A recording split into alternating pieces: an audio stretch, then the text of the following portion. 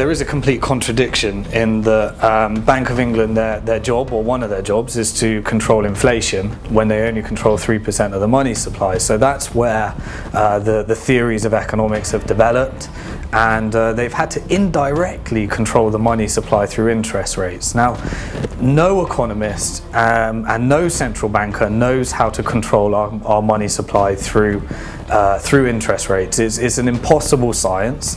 It's something that mathematicians and economists have put together all sorts of ludicrous, absurd models to try and actually achieve. But why don't we just control that directly? If we're indirectly trying to control it, why don't we just control that directly through the creation of money debt-free? It's important to really understand that when we say a debt-free money supply, that debt is not the issue. It's not the issue that people take on debt.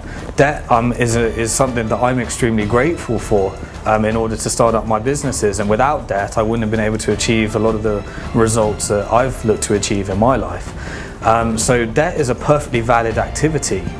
What the problem being is that the debt on money creation is the actual issue, and many people take this tangent of actually thinking that we need to eliminate, the debt's the actual issue. It's debt on money created that is the real issue, the real problem, and what really needs to be looked at. And so when everyone's talking about all this debt and that there's too much debt, of course there's a load of debt, because that is the money that we need in order to run our economy.